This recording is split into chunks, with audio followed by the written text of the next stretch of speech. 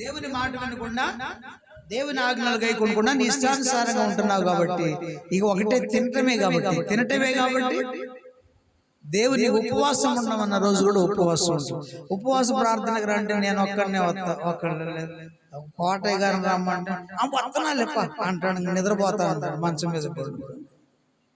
ఉపవాస ప్రార్థనకు రండి అమ్మా, శనివారం తప్పకుండా వస్తాం. సాయంత్రం కూడా 1 గంట విజ్ఞాపన చేద్దాం సేవ కోసం, కుటుంబాల కోసం. ఉపవాస ప్రార్థనలో ఉంటే మనకు సేఫ్. ఉపవాసం ద్వారా శత్రువు నుంచి మనం విడుదల పొందుకోగలుగుతాం. దేవుని మాట వినడం ద్వారా సేఫ్ జోన్ లో ఉంటాం. ఏ సమస్య వచ్చినా కానీ మనల్ని ఏమి సమస్య వచ్చిందారా లేదా, జాలర్లు ఉంటారా లేదా, ఓడు కదా సముద్ర పొడ్డున ఉంటారు, అయినా భయపడకుండా ఎలాగ తిమింగి నోరు లేని తిమింగి. దేవుని స్తోత్రం. నోరుందమ్మా తిమింగలానికి, నోరుంది కానీ మాటలు రాని తిమింగలం దేవుని మాట విని మౌనంగా ఉంది 3 దినాలు. యోనాను దేవుని సేవకుని తీసుకెళ్ళడానికి ఒక సాధనముగా ఉపయోగపడింది. దేవుని స్తోత్రం. సువార్త ప్రకటించడానికి, అనేకుల రక్షణ పొందుకోవడానికి, నినివే పట్టణస్తులందరూ కూడా నాశనం కాకుండా ఉండడానికి తిమింగలం ఒక సాధనంలాగా వాడబడి కదా నినివే పట్టణానికి తన పిల్లలను తీసుకెళ్ళి దేవునికి మహిమ కలుగునుగా తన దైవ సేవకుని తీసుకెళ్ళి అక్కడ వదిలిపెట్టి వచ్చేసింది. అంటే సేవకునికి సహకరించింది. దేవుని మాట విని సేవకునికి సహకరించింది. ఎలాగా? ఉపవాసం ఉండి సహకరించాలి. అలా మనం కూడా ఉపవాసం ఉండి సేవకులకు సహకరిస్తూ ప్రార్థనలో కలిసి పనిచేసే బిడ్డలుగా ఉండాలి. మనం అన్ని విషయాల్లో కలిసి ప్రార్థించాలి, మొరపెట్టుకోవాలి. క్షేమం కోసం, ఆరోగ్యం కోసం, సమృద్ధి కోసం, సమస్యల కోసం, అప్పులు, వీటన్నిటి కోసం మనం కలిసి ఏక మనసుతో ప్రార్థించినప్పుడు దేవుడు అద్భుతాలు చేస్తాడు. ప్రియమైన వాళ్ళరా, తనకు దేవుని సేవకులు ఒక సాధనంగా ఉపయోగపడి నినివే పట్టణానికి తీసుకెళ్ళింది తిమింగలం. కాబట్టి నోరు మాట రాని ఆ తిమింగలం దేవుని మాట విని, అలానే సముద్రం కూడా దేవుని మాట వింటా ఉంటాం. ఎవరు వింటున్నారు? సముద్రం ఏమన్నా జీవం ఉందా, ప్రాణం ఉందా, నోరుందా? చెప్పండి. సృష్టి అంతే, నీరుంది, విస్తారమైన జలాలు ఉన్నాయి, అవి దేవుని మాట వింటా ఉంటాయి. హద్దు దాటి రావద్దు అంటే రాను ప్రభు అంటుంది. స్తోత్రం. ఒక్కోసారి మనల్ని శిక్షించడానికి సునామీగా నువ్వు పొర్లి పారు అంటే సముద్రంలో అలలు విపరీతంగా ఎత్తులేసి కదా పట్టణాలు తుడిచివేస్తావు. అంటే తుడిచివేయడానికైనా దేవుని మాట విని ఊర్ల మీద, పట్టణాల మీద నీరు ప్రవహించి అనేక పట్టణాలు సునామీ ద్వారా కొట్టుకుపోయినట్టుగా, అనేకులు చనిపోయినట్టుగా మనం గ్రంథంలో చూస్తున్నాం. అది యోనా టైంలో కదా ఆకాశం నుంచి వర్షం వచ్చిందంట, భూమిలోంచి కూడా జలధారలు చేయంట, 2 కలిసి ప్రపంచాన్ని ముంచేసి, ప్రపంచాన్ని, ఒక పట్టణం కాదు, ఒక గ్రామం కాదు, ఒక దేశం కాదు, ప్రపంచాన్ని ముంచేసి ఆరారత్ అనేటువంటి పర్వతాలు రష్యాలో ఉన్నాయంట. ఆ టర్కీ దేశంలో ఆరారత్ అనేటువంటి పర్వతాలు, వాటి పేరు అంటే ప్రపంచంలో కొన్ని ఎత్తైన పర్వతాలు. అంత నీళ్లు ప్రవహించినాయంట. ఈ ఓడపోయి ఆ పర్వతం మీద ఆగిందంట. దేవునికి స్తోత్రం. చెప్పండి హల్లెలూయా. కాబట్టి దేవుని మాట వింటున్న సృష్టి, నోరు లేని, జీవము లేని, ప్రాణం కదా, ఆత్మ లేనిటువంటి ఈ సృష్టి దేవుని మాట. సముద్రం వింటా ఉంది, దాటకుండా ఉంటా ఉంది. సముద్రం వింటా ఉంది, దాటమంటే దాటుతా ఉంది కదా. చేప వింటా ఉంది కదా, 3 దినాలు ఉపవాసం ఉండి యోనాను కాపాడి. మరి నేను దేవుని మాట వింటున్నామా? ప్రశ్న వింటున్నావా? మనకేం చెప్తున్నాడు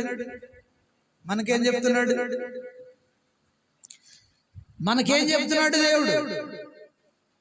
దేవుని లేఖనాలన్నీ మనకు చెప్పిన మాట. బైబిల్ గ్రంథంలో ప్రతి మాట దేవుడు మన కోసం చెప్పిన మాటలు అవి.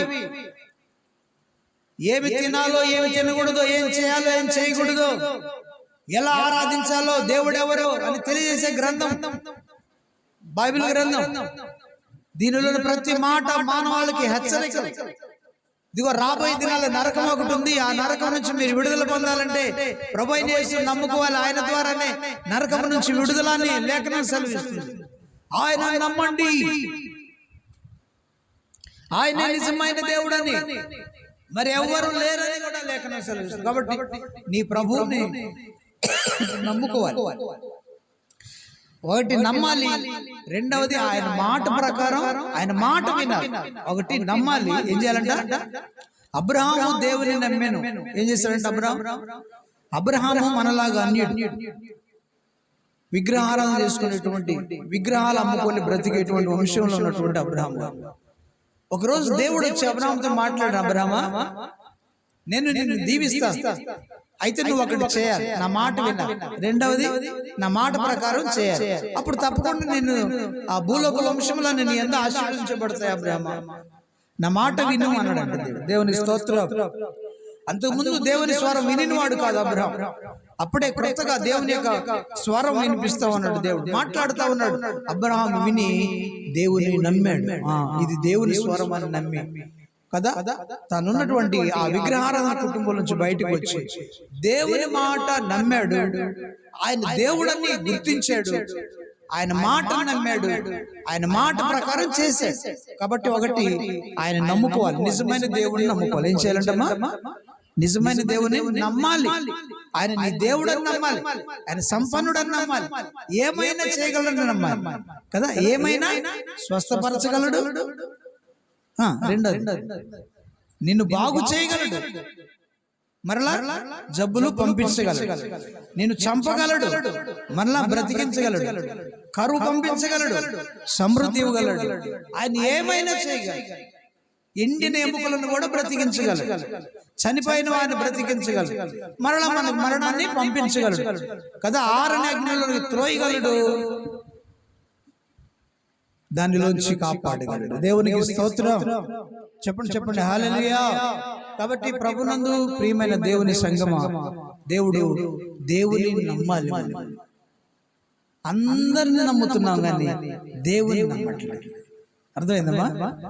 కనపడ్డ వాళ్ళు చెప్పి, పెద్దలు చెప్పిన, వాళ్ళు చెప్పిన, వీళ్ళు చెప్పిన అన్ని నమ్మి మనం వెళ్ళిపోతున్నాం. దేవుడు అనుకుంటా అక్కడేదో మనకు దొరుకుద్దని, వాళ్ళు మనతో మాట్లాడతారని, మనకేదో ఇస్తారని మనం అందరిని నమ్ముతున్నాం కానీ యేసయ్య నమ్మలేకపోతున్నాం, నిజమైన దేవుడు నమ్మలేకపోతున్నాం. ఎందుకు?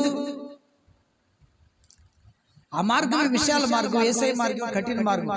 అది చేయకూడదు, ఇది చేయకూడదు, ఇది తినకూడదు, అది తినకూడదు అంటారు. అటు వెళ్ళదు, ఇటు వెళ్ళదు, అబద్ధాలు ఆడదు, మోసం చేయద్దు, చెడ్డ అన్ని చెడు మాట్లాడకూడదు, చెడు వినకూడదు, చెడు కనకూడదు. ఇందంతా కఠినం. వాళ్ళేమో అవన్నీ ఈజీ. దేవుని స్తోత్రం. అన్ని చేయొచ్చు, నన్ను చేయొచ్చు అన్నట్టుగా ఏదో అంటదంట. సామెత చెప్తారు, సామెతలు కూడా నాకు గుర్తురావు కానీ అన్నే చూడు నన్నే చూడండి. ఏంటది? ఉప్పు కదా. ఏమంటదంట?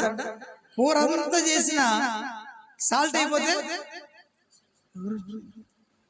రుచి ఉండదు. కాబట్టి నన్నే చూస్తే కానీ మీకు ఆ రుచి, నువ్వు చేసిన అన్ని మసాలా రుచి ఆ ఉప్పు వేస్తేనే తెలిసినట్లుగా ప్రియమైన వాళ్ళ అందరి కాదు కానీ యేసయ్యను నమ్ముకుంటే నా రుచి